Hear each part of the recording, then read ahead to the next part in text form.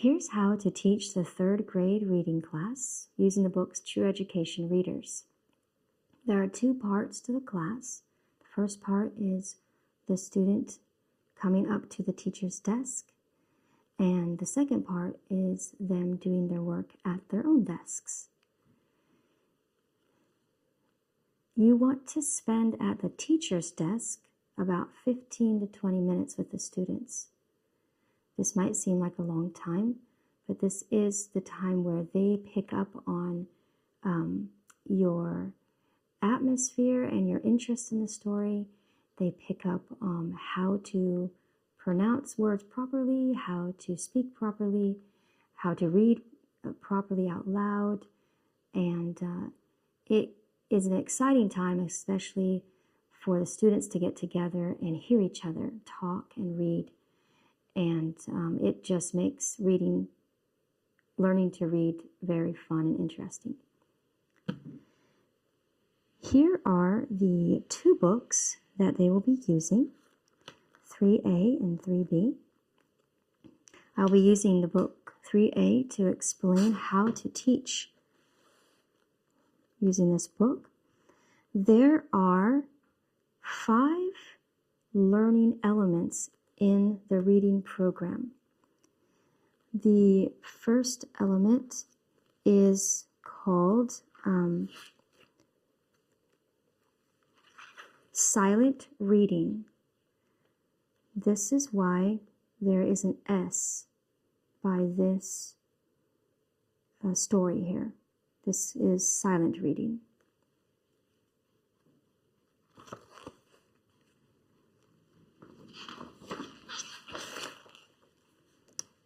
Another element of them learning to read is called oral reading. That is why there is an O by this story. This is oral reading, or someone might call it just reading out loud to others. Then there are, they call it memory reading, but it's just memorizing poems and learning how to speak a poem. And the reason why it has the number 80 by it is because there are 80 words in this poem. And so every poem will have a number by it telling you how many words are in the poem. Another aspect of the book is pronunciation drills. They call it reading drills, but it's pronunciation drills. So this one, they are learning the sounds of A and how to mark that sound, like how to mark the sound of the long A, name, with a line over the top, and the short A, the at sound with that marking, and it goes through the A marks. This one is crossed out because this is a special sound that Americans do not use. Australia and England use it. That's why that's crossed out. And the sounds of E. And the last aspect to the reading program is the dictionary. They call it the Little Dictionary Teacher. So if you see any reference to that in your book, the Little Dictionary Teacher is talking about the dictionary in the back of the book. And the dictionary not only has the proper pronunciation marks, it also has the syllables, the separation of the syllables, and the accent mark of where the word should be accented when reading that word or saying that word. So those are the 5 learning aspects to this book.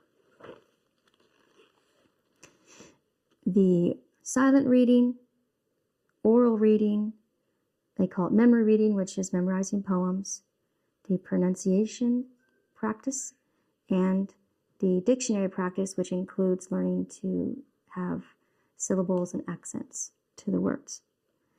So let's go ahead and show what it would look like to teach the different exercises in different classes. The way you begin in all Amish schools is you just call out third grade reading. At that time, the students will stand up from their desks, bring their books, and come to your desk.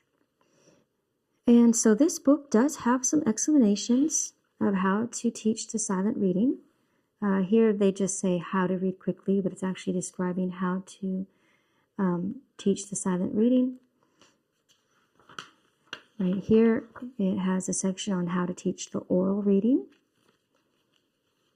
and how to teach the memory reading.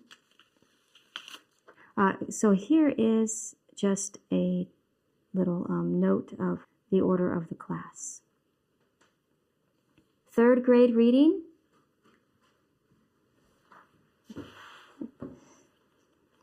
Hello, Sarah. How are you? Hey, let's talk a little bit about yesterday's story that we read on page 45, the tree frog. Do you happen to remember the difference between a tree frog and a bullfrog? Yeah, the bullfrog lives in a pond and the tree frog lives on a tree, and during the winter the tree frog goes under leaves and the bullfrog wraps himself in mud and goes under the pond. Really? Yeah. So tree frogs are under the leaves in the winter. Wow, I wonder if anybody could ever find them. Have you ever found a bullfrog in the winter in the pond? No. No. Have you seen a real tree frog? Yeah, it says that they go to the bottom of the pond. Okay, so you're probably not going to go find them. Yeah. Okay, well, let's go ahead and start our new story.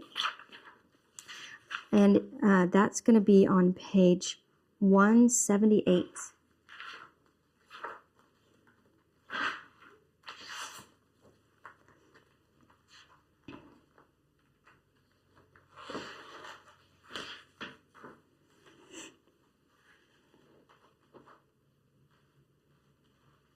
Close, 178.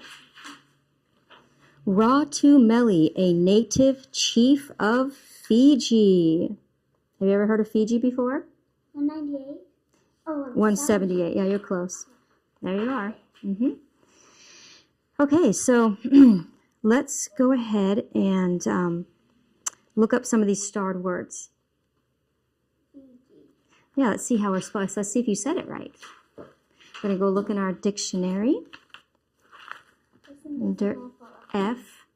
Okay, can you find the F's? Good. Okay.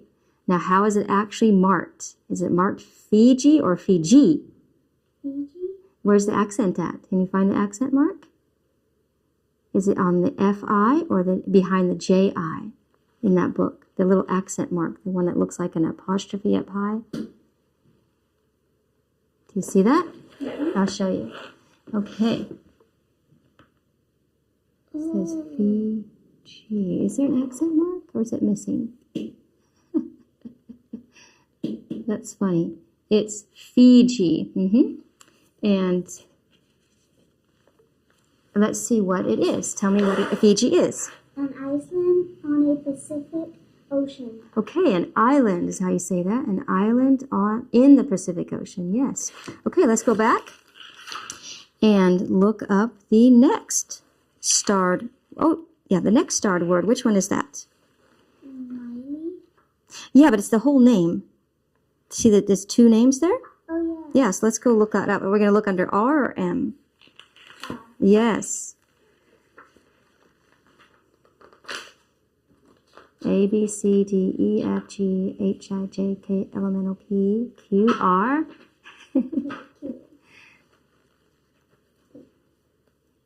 Okay. Yes. So how does it say to pronounce that word? Ratu-Meli? Yes, Ratu-Meli. Yes. And where's the accent on Ratu? Is it on Ratu or Ratu? Where does it show the accent on there, the little apostrophe mark? On the E. Yeah, so raw to, and then I think it says melly, right? And is the accent on the melly or melly? The E. So how would you say it? Melly. Yes. Raw to melly. Very good.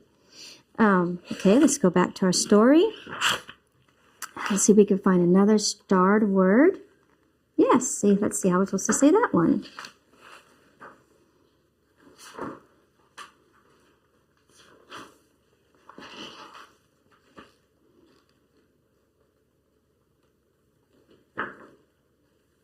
Australia. Yes, okay. And is the accent Australia or Australia or Australia?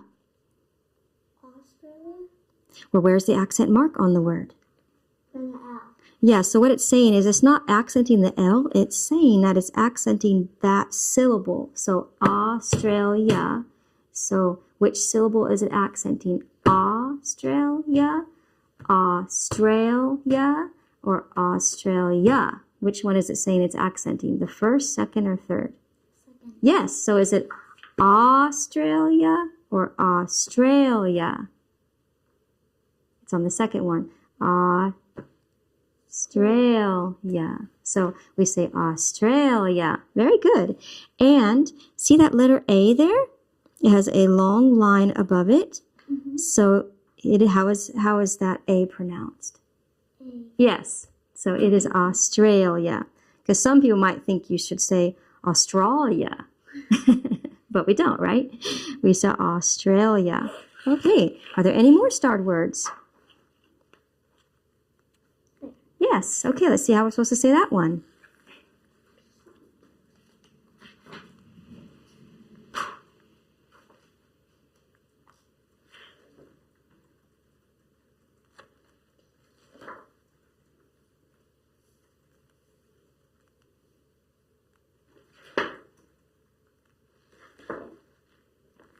Ah, very good. Okay.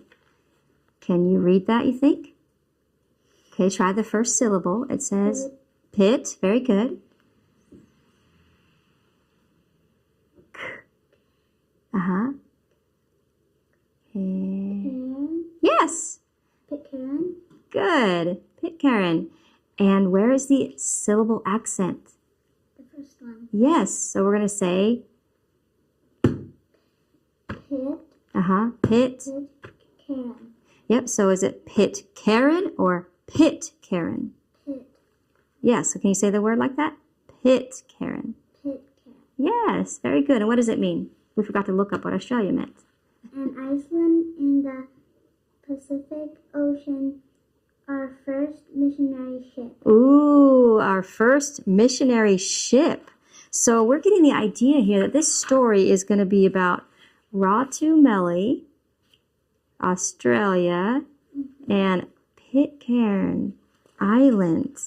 Okay, any more starred words? Yes. Let's try to look up that one.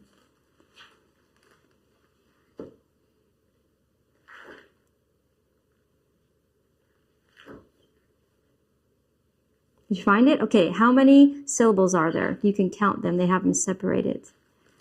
1, 2, 3. 5. Yes, that's 5. So da da da da da. Right? 1, 2, 3, 4, 5. Okay, so let's do each syllable. In. Talks. Uh-huh.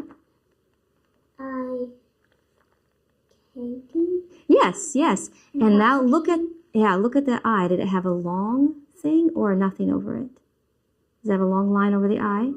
No. Okay, so it's an I, right? Yeah, it's A. Yeah, okay. So let's say it again. Intoxicating. Very good. And where is that accent on, the first or the second syllable? Where's that little accent mark? There. Oh, you're looking at the wrong word. Sorry. Oh. On the second. Yes, so it is exactly how you said it. Intoxicating. Yes, and what does that mean? Making drunk. Oh, boy. So the story, wonder what it's going to say about drunkenness. Okay, is there any other starred words? Oh my, there's 1, 2, 2 more. Okay. 3 more. 3. Okay, I missed one. Oh yeah, I see it now. Yeah. Okay, let's look them up.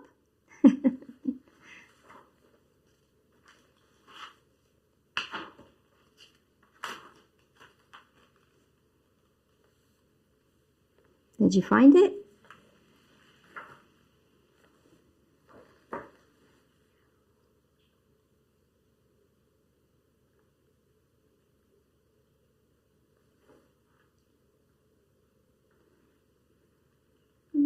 There. Okay, good. How many syllables are there in the word? 3. 3. Okay, that's not way too hard. Okay, what's the first syllable sound like? Milwaukee. Okay, and where's the accent at? The second. Good, very good. So how would you say it? Milwaukee. Yes, that's right. And what does it mean? A city on Lake Michigan. Yes. Oh, so now, first it was Australia. Now we're talking about Michigan. Wonder what's going to happen with Raw Tumeli in Michigan.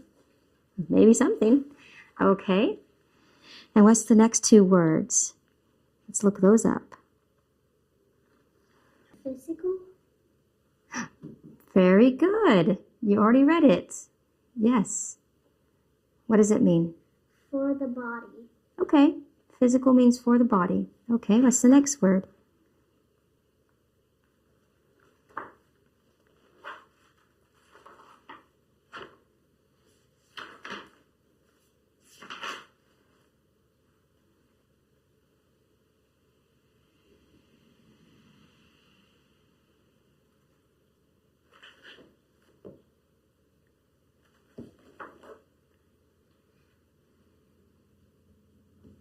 Okay, good. Now this is very interesting. How many syllables are there in that word?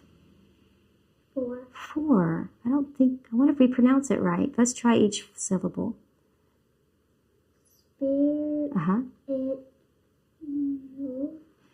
Let's do, Spiritual. yeah, so spear, it, you, oh. So yes, spiritual. Let's say it faster. Spiritual. Oh, well, that's kind of interesting how that sounds, but it should be spiritual, shouldn't it? But probably they didn't know how to help you at such a young age know how to to pronounce that properly by writing it. So spiritual. So sometimes people seem like they say spiritual, don't they? That's only 3 syllables, spiritual. But it's not. It's spiritual, isn't it? Maybe we are supposed to say spiritual. I'm going to have to look into that. What does it mean? For the soul. So physical was for the body, and spiritual was? For the soul. Yeah, so now the story is going to tell us something about things that are good for the body and the soul. Yeah, this is very interesting. Okay, let's do a tiny bit of practice on some pronunciation markings. So normally at this time we would have a whiteboard with markers in our school, but we are not in our school right now. So I would go ahead and have the students come up to the board and we would pick a word to write. So Sarah, do you want to pretend? Sarah would normally come up to the board and I would say, can you please write the word Christ and mark the letter I? Okay, so she would come up here with a marker and she would write the word Christ. And how would you mark the letter I with your chart here? Very good. She would put a long line above the word I. And then I would say, okay, how many syllables are in Christ? Christ. Just Christ, the word Christ. 1. Yeah, Christ. Okay. Go ahead now and write the word America. And I might have to tell her how to spell it. And she would come out, she would write America. And then, okay, can you mark the I in America? Because right now we are practicing the I's and the U's and the Y's. So how would you mark the I in America?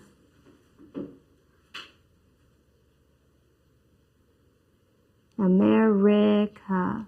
America. Which one does it match?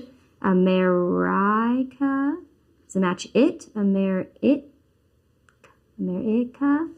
Or does it match bird? Or does it match machine? No, E. that one. Okay, so you would put the, I don't know what we call it, a half moon, right? Or a smiley face almost, above the I. America. Very good. And depending on how much practice we think they need, we'll do that amount of practice. So how many syllables are in America? Can you clap it out? You got it. 4. Yeah. Very good. America. And where would you say the syllable accent is? America. Where would you say the accent should be? 2nd. Yeah. And so on your word America, you would put a little accent mark on America. Very good. Okay. So let's look at some of these pictures in this story. What do you see first? What's your first picture you see? Who do you think is in that picture? What is your guess? Fiji. Yeah, that's a man from Fiji, isn't it? And do you think that's the man's name that we just looked up in the dictionary? Maybe. Maybe that's Ratu Meli. Kind of looks like it fits him, right? Yeah. Okay, what's your next picture?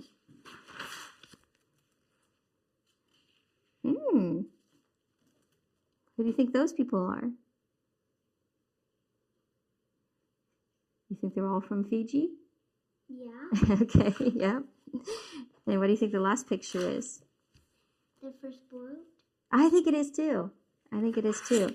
Now, there are some people that look like they're not from Fiji in this picture. Yeah, they look like they're missionaries. I'm going to guess that they're missionaries. And how about in this picture?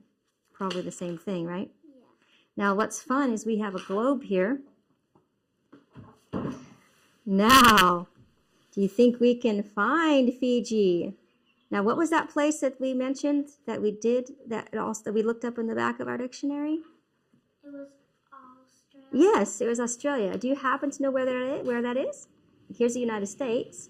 And what ocean were they all in?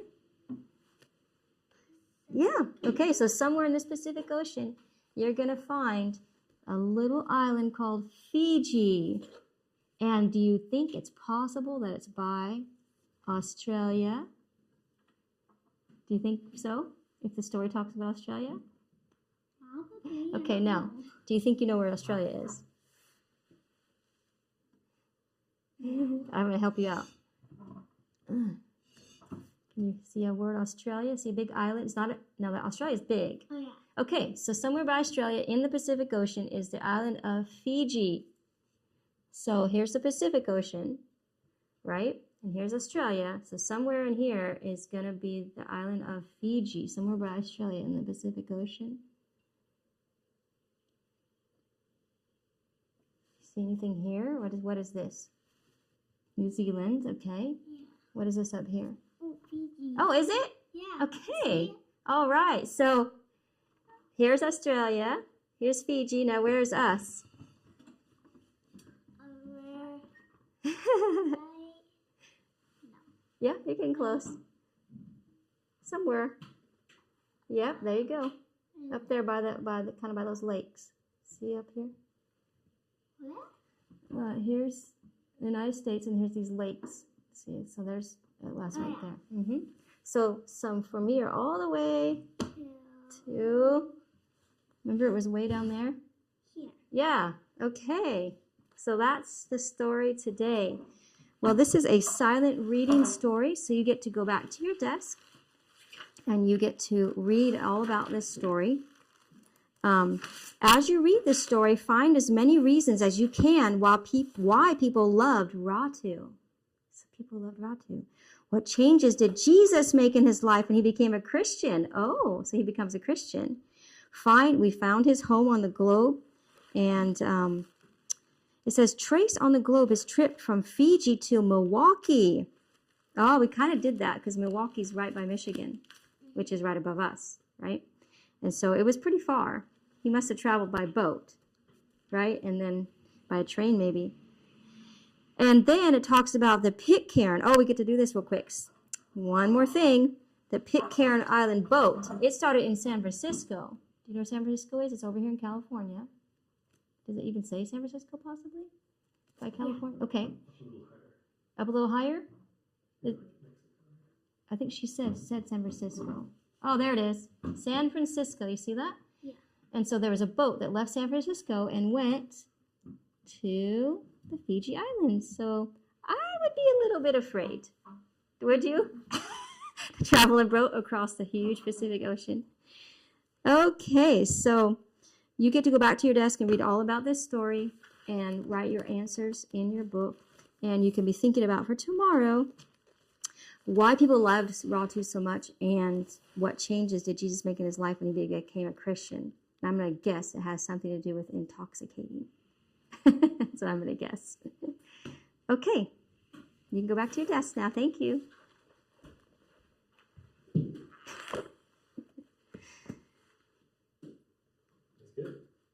Okay, you can put the book back. And that was really nice. Thank you so much for helping, Sarah. It was actually kind of fun, wasn't it?